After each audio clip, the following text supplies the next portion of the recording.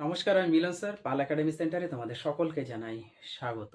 আজকে ক্লাস 9 এর ফিজিক্যাল সায়েন্সের একটি গুরুত্বপূর্ণ টপিকস নিয়ে আমি তোমাদের কাছে চলে এসেছি। আজকের এই টিউটোরিয়ালে যে টপিকসের উপরে আমি শুরু করতে চলেছি, তোমরা যদি একটু খেয়াল করো তাহলে দেখতে পাবে আমি অলরেডি বোর্ডে একটু লিখে রেখেছি। সেটি হলো নিউটনের প্রথম গতিসূত্র।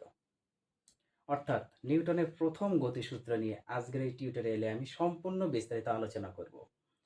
তোমাদের সিলেবাসে নিউটনের ৩টে সূত্র দেওয়া আছে। প্রথম গতিসূত্র, দ্বিতীয় গতিসূত্র এবং তৃতীয় গতিসূত্র। তো এই ৩টের মধ্যে প্রথম গতিসূত্র নিয়ে আজকে আমরা আলোচনা করব এবং প্রত্যেকটি বিষয় আমরা বুঝব আর প্রত্যেকটি বিষয় আমরা ক্লিয়ার করব। তাহলে চলো আর বেশি কথা না বাড়িয়ে আমরা সরাসরি চলে আসি এবার ক্লাসে। দেখো, বিজ্ঞানী নিউটন প্রথম গতিসূত্রের মধ্যে যে কথাটি বলেছেন সেটা হলো, বাইরে থেকে যদি কোনো বস্তুর উপর একটা বাহ্যিক বল প্রয়োগ করা হয় তাহলে কি হবে, সেই বস্তুটি একটি নির্দিষ্ট গতিবেগে বা একটি নির্দিষ্ট বেগ নিয়ে সরল রেখা বরাবর সারা জীবন চলতে থাকবে। আর যদি সেই বস্তুর উপর বাহ্যিক কোনো বল প্রয়োগ না করা হয়ে থাকে তাহলে ওই বস্তুটি চিরকাল বা সারা জীবন ও যেখানে ছিল সেই অবস্থাতে স্থির অবস্থাতেই ও থাকবে। ওকে, এই কথাটি হচ্ছে নিউটন প্রথম তার গতিসূত্রের মধ্যে বলেছেন। তাহলে এবার আমরা একটু ক্লিয়ার হবে কথাটা যদি একটু লিখি তাহলে কি এসে দাঁড়াবে, দেখো আমরা লিখতে পারি না, কি লিখতে পারি,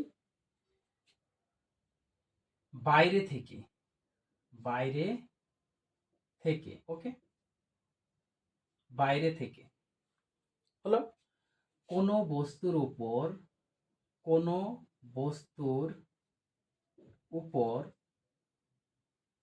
যদি, বাইরে থেকে কোনো বস্তুর উপর যদি বাহ্যিক বল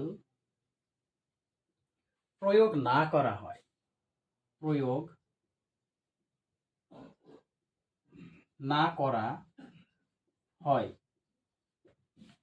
তাহলে, তাহলে স্থির বস্তু, স্থির বস্তু চিরকাল, ওকে, স্থির বস্তু চিরকাল, চিরকাল কি হবে, স্থির অবস্থাতে থাকবে। স্থির বস্তু চিরকাল স্থির অবস্থাতে থাকবে, অবস্থাতে থাকবে এবং যদি বাহ্যিক বল, বাহ্যিক বল প্রয়োগ করা হয়, প্রয়োগ করা হয় তাহলে ওই বস্তুটি গতিশীল অবস্থায়, তাহলে ওই বস্তুটি গতিশীল অবস্থায়,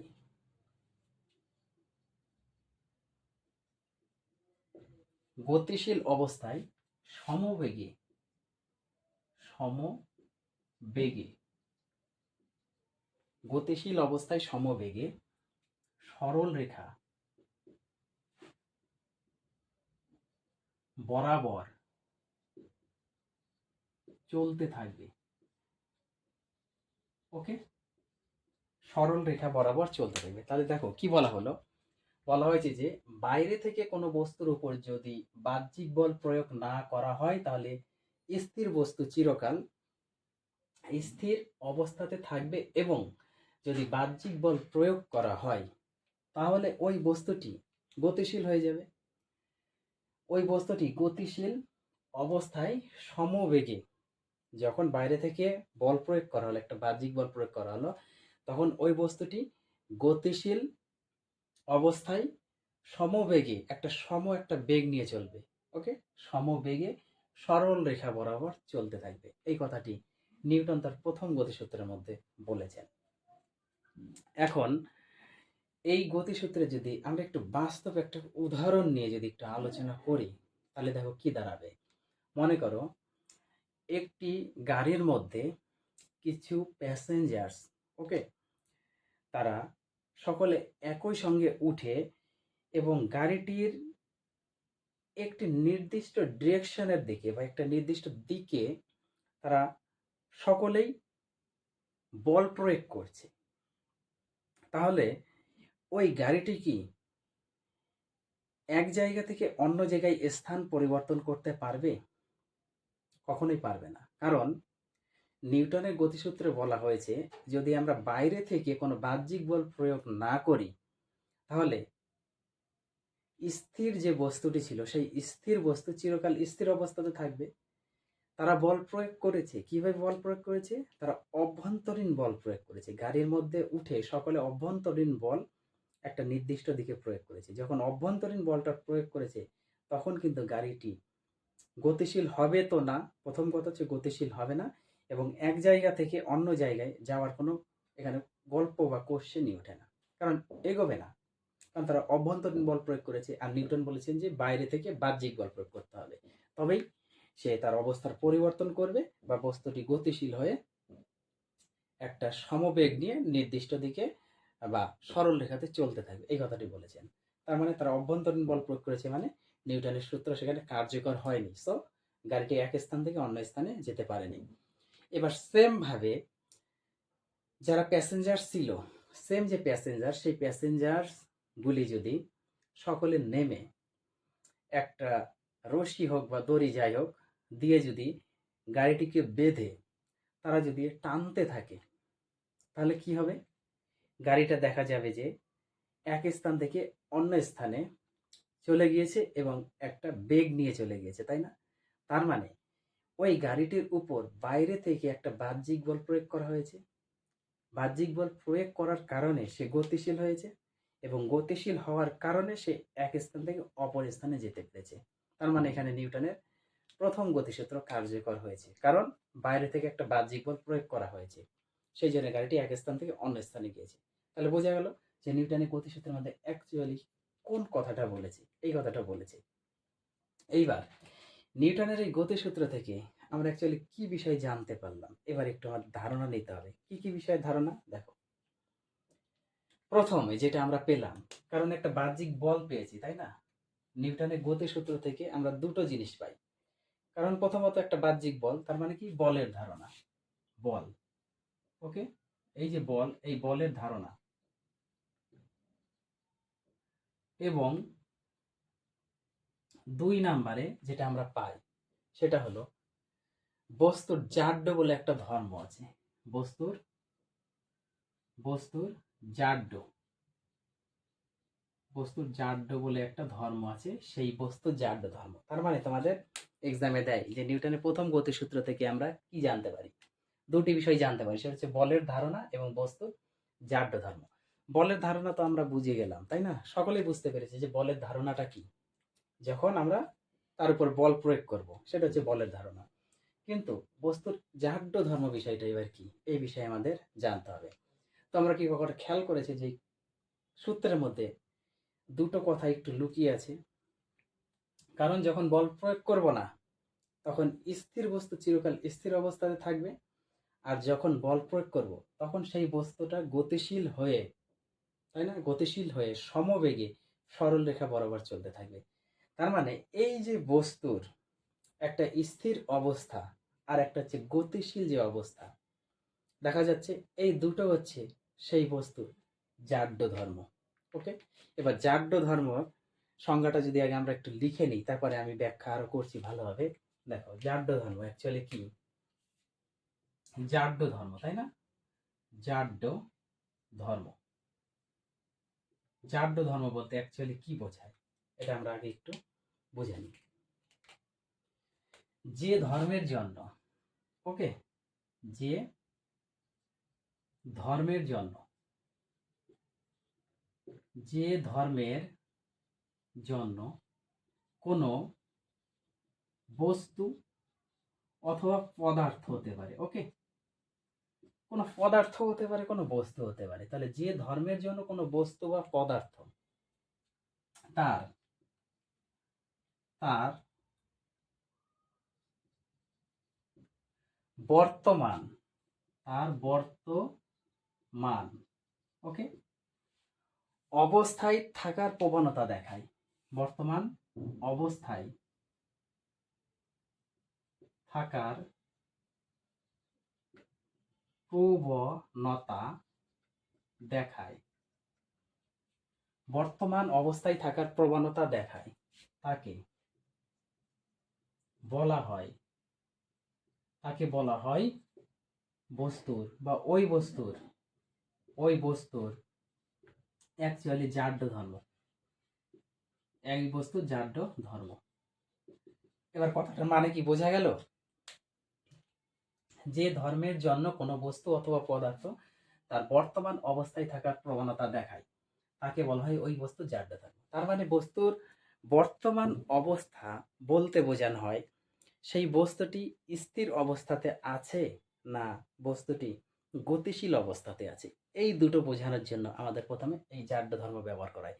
তার মানে স্থির বস্তু চিরকাল স্থির অবস্থায় থাকার প্রবণতা দেখাবে, আর গতিশীল বস্তু চিরকাল সমবেগে সরল রেখা বরাবর গতিশীল অবস্থায় থাকার প্রবণতা দেখাবে। এই দুটো হচ্ছে আমাদের অ্যাকচুয়ালি জাড্য ধর্ম। এখন এই দুটোর উপর বিচার করে আমরা এই জাড্য ধর্মকে দুটো ভাগে ভাগ করতে পারি না? অবশ্যই ভাগ করতে পারি। জাড্য ধর্ম দু প্রকার।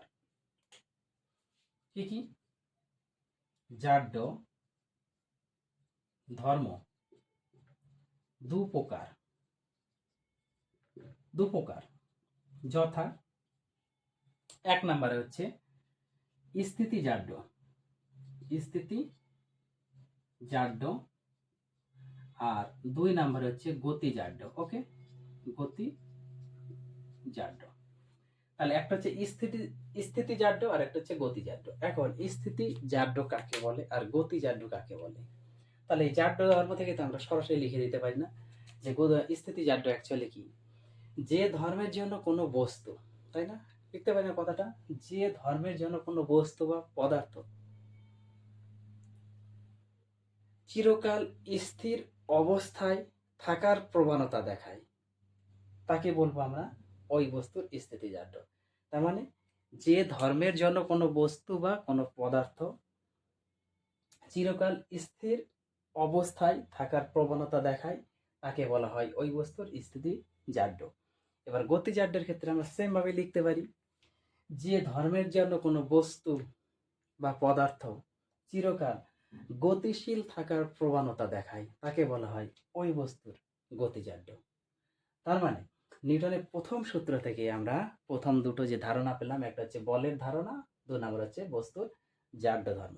এবার জাড্য ধর্ম কাকে বলে সেটা বুঝলাম, জাড্য ধর্ম দু প্রকার সেটাও আমরা বুঝলাম, একটা স্থিতিজাড্য আর একটা হচ্ছে গতিজাড্য। এবার স্থিতিজাড্য কাকে বলে ব্যাখ্যা দিলাম, গতিজাড্য কাকে বলে সেটা আমরা ব্যাখ্যা দিয়েছি।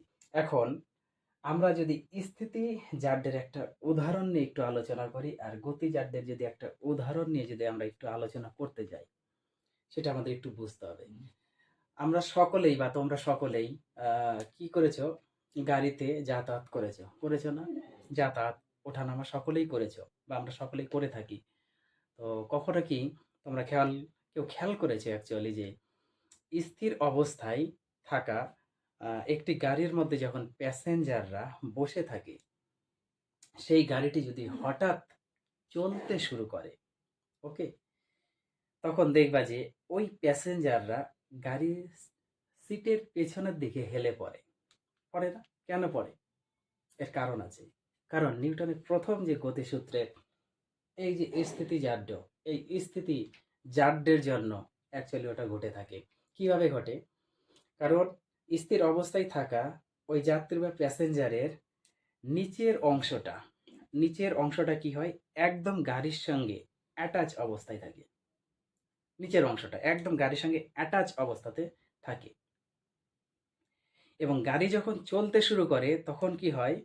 নিচের অংশটা যেহেতু গাড়ির সঙ্গে অ্যাটাচ অবস্থাতে, তো গাড়ির সঙ্গে ও সরাসরি চলতে থাকে, কিন্তু নিচে আমাদের কোনো অসুবিধা হয় না। কিন্তু উপরের বা ঊর্ধ্বের অংশ আমাদের ঊর্ধ্ব অংশ বা উপরের অংশ শরীরের, সেক্ষেত্রে কি হচ্ছে? যেহেতু স্থির অবস্থাতে যখন ছিল গাড়িটা, আমাদের শরীরের উপরের অংশ স্থির অবস্থাতে থাকার চেষ্টা করে। ওকে?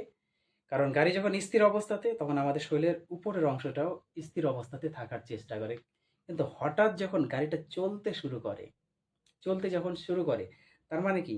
গাড়িটা একটা নির্দিষ্ট বেগে ছুটে যেতে চায়, তখন আমাদের ওই শরীরটাও গাড়ির সঙ্গে কি হয়? একটা নির্দিষ্ট বেগ নিয়ে কিন্তু ছুটে যেতে চায়। কিন্তু গাড়ির মধ্যে যখন আমরা বসেছিলাম, তখন আমাদের শরীর একদম স্থির অবস্থাতে ছিল। আর তখনও যখন গাড়িটা অ্যাকচুয়ালি মানে অন করলো, তখনও সে কি করে? আমাদের এই শরীরের উপরের অংশটা স্থির অবস্থাতেই থাকতে চায়। তার মানে সে গতিশীল হতে চায় না। এই স্থির অবস্থাতে থাকার কারণে যাত্রীরা পেছনের দিকে ঝুঁকে পড়ে। ওকে?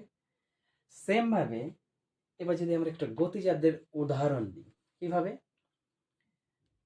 ঠিক গাড়ির মধ্যে মানে একটি চলন্ত গাড়ির মধ্যে যাত্রীরা, দেখেছো না? চলন্ত গাড়ি চলতে হঠাৎ যদি ব্রেক কষে দেয়, ব্রেক যদি চেপে ধরে বা কষে, তখন দেখবা যে প্রত্যেকটা যাত্রী সামনের দিকে ঝুঁকে পড়ে। যে ধরেছিল তার তো কপাল খুবই ভালো। আর যে ধরে ছিল না কোনো কিছু, তাহলে তার অবস্থা একদম জটিল। কারণ সে কোথায় ছিটকে গিয়ে পড়বে এটা বলা যাবে না, তাই না? যাই হোক, তার মানে গাড়ি যখন ব্রেক কষলো তখন সে সামনের দিকে ছুটে গেল। অ্যাকচুয়ালি এর কারণ হচ্ছে নিউটনের প্রথম গতিসূত্রের এই গতিজাড্যের জন্য। গাড়ি প্রথম যে অবস্থা থেকে একটা নির্দিষ্ট গতিবেগ নিয়ে চলতেছিল, আমাদের শরীর নিম্ন অংশ তো অ্যাকচুয়ালি গাড়ির সঙ্গে লাগানো। আমাদের নিম্ন অংশটা হচ্ছে গাড়ির সঙ্গে একদম অ্যাটাচ আছে।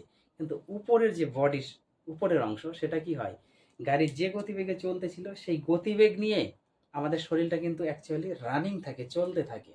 কিন্তু হঠাৎ যখন গাড়ির ব্রেক কষা হয়, তখনও কি করে? উপরের অংশ আমাদের শরীরের পূর্বের মানে প্রথমে যে গতিবেগ সেই গতিবেগটা বজায় রাখতে চাই। তার মানে কি? আমি যে গতিবেগ নিয়ে চলছি আমাদের শরীরের মানে বডি, সেই গতিবেগ নিয়েই ও চলতে চায়। কিন্তু গাড়ি যখন ব্রেক কষে তখন তো গতিবেগ কমে যায়। গতিবেগ কমে যায়। এবার গতিবেগ কমে যায়, এ কি করে? ওই পূর্বের মানে আগের গতিবেগটাই বজায় রাখতে চায়। এবার আগের গতিবেগ যেহেতু বজায় রাখতে চাই, ওই গতিবেগটা মানে স্পিডটা বজায় রাখার জন্য সে কি হয়? সামনের দিকে একদম ছিটকে চলে যায় বা ঝুঁকে পড়ে যায়। ওকে? এই হচ্ছে তোমাদের গতিজাড্যের এই কারণেই হচ্ছে কোনো প্যাসেঞ্জার তখন সামনের দিকে একদম ছিটকে পড়ে যায়। তাহলে এই হচ্ছে তোমাদের নিউটনের প্রথম গতিসূত্রের প্রত্যেকটা ব্যাখ্যা। এখান থেকে যে ধারণাটা আমরা পেলাম একটু মনে রাখতে হবে তোমাদের। জাড্য ধর্ম কি? দুপ্রকার, স্থিতিজাড্য এবং গতিজাড্য। এই দুটো কাকে বলে এবং যে দুটো উদাহরণ দিলাম এই দুটো উদাহরণের একটা উদাহরণ তোমাদের অনেক সময় দেয়, পরীক্ষাতে অনেক সময় দিয়ে দেয়। ওকে? এই দুটোর উদাহরণ একটু তোমরা মনে রাখার চেষ্টা করবা। এরপরে আমি আলোচনা করব নিউটনের দ্বিতীয় গতিসূত্র নিয়ে। তো তোমরা প্রথম গতিসূত্রটা একটু মনোযোগ দিয়ে পড়াশোনা করো। আবার আমি আসবো পরবর্তী পার্ট নিয়ে। তাহলে